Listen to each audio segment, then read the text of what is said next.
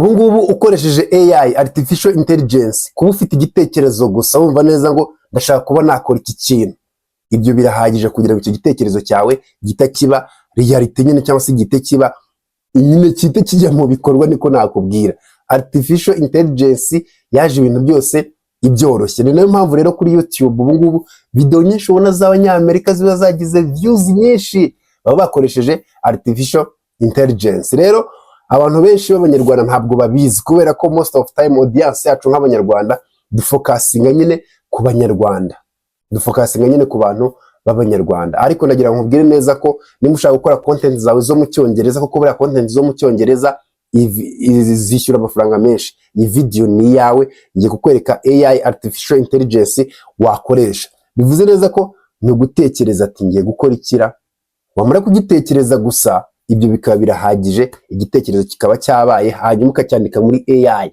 hanyuma ukanda generate, biraho ngaho video igahita yirema.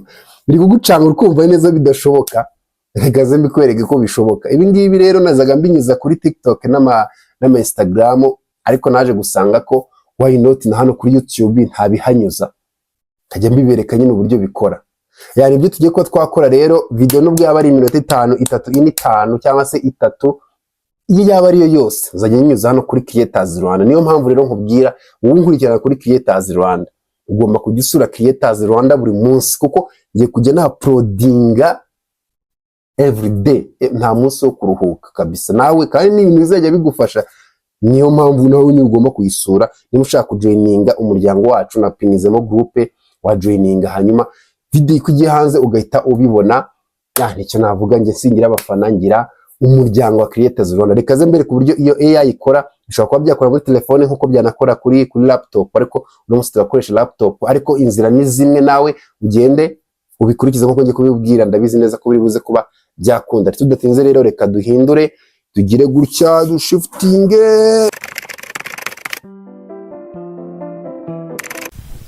Okay, ikiri bukore rero urahita uza kuri browser yawe muri telefone cyangwa se muri laptop, hanyuma wandikemo in video. Numara kwandikamo in video barahita bakuzanira website yabo, ukande hano invideo.io ningi nyine, hanyuma nurangiza uri buze ukande hano. Numara gukanda hano barahita bakuzanira hangaha, then hita ukanda try in video. Bahita bakubwira kuyihuza wenda na Gmail yawe, uyihuze na Gmail yawe account kugira ngo ibintu bigende neza. Okay, rero bahita bakuzana ahangaha. Nugera ahangaha nta kindi uri buze kuba wakora, uri buze kuba wamanuka hano uze ukanda no kuri workflow. Numara gukanda kuri workflow barahita bakuzana ahangaha. Icyo uri bukore rero nta kindi, urahita umanuka uze ahangaha, umanuka uze hano kuri hyper realistic film. Numara kuza hano nta kindi uri bukore, urahita ufata no magambo, wenda n'urugero nyine ngiye guwa nakora ni igitekerezo, kandi hano pastingemo hano. Nurangiza kategori y'uburyo kari buze kuba kagaragaramo, dore ngibi byose ndareka manuke hano film noir. Hano film noir n'ijyanye nyine bitagaragara, abarimo byinshi cyane naye ntaba nazi do. Reka nzi hano kuri anime, ngandere hano anime, dukoresha iyi anime. Hano language ni Cyongereza, kazaba kagomba kuba kari mu Cyongereza, na subtitle nayo igomba add any subtitle, add subtitle, comic font and shake effect. Kadushyireho naka anga nyine ugenda editinga bitewe no kubishaka. Voice actor hano ushobora no guhitamo umuntu uri buze kwactingamo. Iyi rero turimo turakoresha n'ubuntu, iyi ngiyi igomba kujyaho watermark iragiye koko n'ubuntu. Hanyuma uze hano, iyo urangije byose ubirangije uraza hano ukaza ugakanda hano continue. Iyo umaze gukanda hano continue bahita bakwereka dore create, bahita bakwereka nyine idea yawe. Create 3 minute generate hyper realistic film for YouTube about video of cat cooking and serving dish in a 5-star restaurant. Dera kuba setting izayo buryo izayimeze, azaba ari use only generate clip. Bakakubwira ati muri anime style, then bakakwita bavuga ngo bashyireho na subtitle, then cyukurikira uhita ukanda hano generate.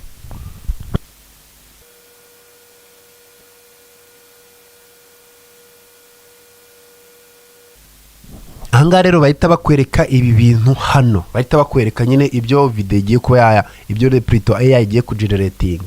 Duration aba ari igihe ni minota 3 cyangwa se minota 4, reka tugire 3. Hano bakubwira audience cat lover, reka tugire anime fan. Hano ni cat lover, abantu bakunda amapusi, ibintu nk'ibyo ngibyo. Hanyuma platform irimo irakoreraho iyi video ni ya YouTube, kuri hano free, gusa free. Okay, tuzana turindire. Ubu gutya itangiye kuba yakiriya nyine, urabona neza ko irimo iragenda video yanaliza ibintu nk'ibyo ngibyo, urarindira. Iyi ngiyi nzajya mdindira mbereke process yose, kuko hari igihe mbyirukansa, nabyirukansa takavuga ati oya ngurabona ibintu nk'ibyo ngibyo. Ariko iyo umuntu arindirije gutya nyine bitubona nyine uburyo binafatamo igihe, kuko hari igihe umuntu akora ikintu akavuga ngo kiroroshye kariya se ngo birihuze, kandi ntumenye neza ko ari process. Rero hari nabo binanira. Rero ngewe reka mbe ndetse tube tureba gutya uburyo birimo biragenda nyine, hanyuma nibirangira ntabwo ndi buyikure hano, ngiye ntabwo nongera kuvuga, ariko irakomeza gutya, nuko ngira ngo mubirebe tu. Gusa ako se ndagenda njya, reka nkomeze n'abasobanurira. Hano ni muri planning script, urabona ko iri kuyigeneratinga. Okay, right, kuyigeneratinga. Generating script nyine ni nko kuyandika mu yandi magambo. Wabona ngiye namwe mukagenda izi mbuga nkoranyambaga ni hatari. Urabona neza ko iriya ni title,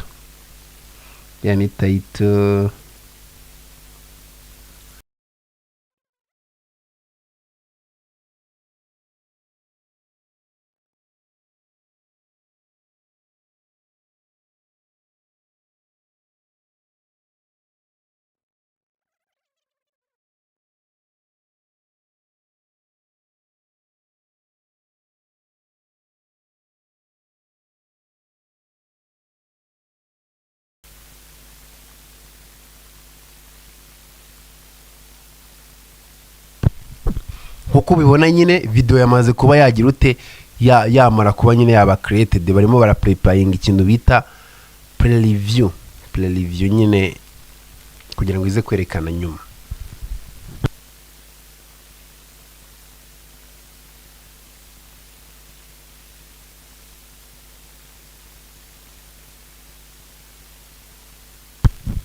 Witegereza ukareba, urabona neza ko video yacu yarangiye. Reka wenda nze hano tuyikine urebe, ni video nkreye kano kanya, katuyikine turebe. Hey everyone, welcome back. If you're a cat lover like me, you've probably wondered what would happen if our feline friends took over the kitchen. Well, wonder no more. Today, I'm taking you through a 5-star dining experience, all courtesy of some very talented cats. Picture this. You walk into a high-end restaurant, the ambiance is perfect, the lighting is dim, and the aroma of gourmet food fills the air. But here's the twist. The chefs and servers are all cats. Yes, you heard that right. Hyper-realistic, fluffy, purring, culinary masterminds. Let's start with Chef Whiskers. This fluffy tabby is the head chef, and he's got a real knack for gourmet cuisine. Watch as he expertly dices vegetables with those tiny paws. He's got the precision of a Michelin-starred chef, and let's be honest, it's the cutest thing you've ever seen. Next, we have sous chef Mittens. Now, Mittens is responsible for the sauces, and let me tell you, she's got a secret recipe for a bechamel sauce that will blow your mind. Look at her go, whisking that sauce to perfection. You'd never guess a cat could be so skilled in French cuisine. But what's a 5-star meal without impeccable... Ndakeka murimo murabona nyine ko ni video yagize umuhatari. Uba ugomba kureba aha hantu, aha uri kuhabona aha, hanyuma ukaza ugashyira ku 1080. Then nurangiza ukanda download, barita bakuzana ahangaha. Urabizi neza ko twe turimo turakoresha free. turimo turakoresha nyine iby'ubuntu. Uraza hano stock, urabona hano kandi hari upgrade nyine, hari upgrade kujya tuyikoresha. Uraza hano muri stock watermark, igomba kuba iriho watermark kuko niyo ubusa. Hanyuma uze hano uze hano nano, then nurangiza uze hano nomo, right, nukanda hano kuri nomo uze hano continue. Nimba utabikoze gutya bimeze, ntabwo iribuze kuba yayidownloadinga wallahi. Reka mbihindure wenda nzi hano kuri nano, urabona ko isijya upgrade. Uraza hano kuri nomo bisanzwe, hanyuma nurangiza continue, hanyuma urindire, hanyuma itangire kuba yayirendaringa. Okay, iyo imaze kuba yayirendaringa rero bahita bakuzanira aka kantu kameze utya nyine, ugahita uyisavinga, save. Hanyuma urabona neza ko itangiye kuba yagira ute yayidownloading. Kaze mbikwereke, urabona neza ko iri kuyidownloading, ifite megabyte 225. Reka turindire irangire, hanyuma basigiremo ikina, hanyuma nawe ugenda ubigerageze. Have you ever wondered what it would be like if cats took over the kitchen? Well, today we're diving into that crazy scenario. Picture this: your favorite furry friends cooking up a storm and serving gourmet dishes in a 5-star restaurant. Let's jump right in. Our first scene opens with Mr. Whiskers, the head chef, proudly putting on his tiny chef's hat. He struts around the kitchen like he owns the place. And why not? Mr. Whiskers is about to whip up some culinary magic. Next we have Miss Paws, his sous chef, gracefully balancing on the counter, ready to assist. Mr. Whiskers starts with a classic, sushi. Watch as he expertly slices the fish with his tiny paws, each cut precise and perfect. Miss Paws delicately arranges the rice and seaweed, making sure every roll is Instagram worthy. Just look at that focus. You can practically hear their little hearts beating with excitement. Now let's switch to something a bit more challenging. How about a souffle? Mr. Whiskers whisks the eggs with such flair you'd think he was born with a whisk in his paw.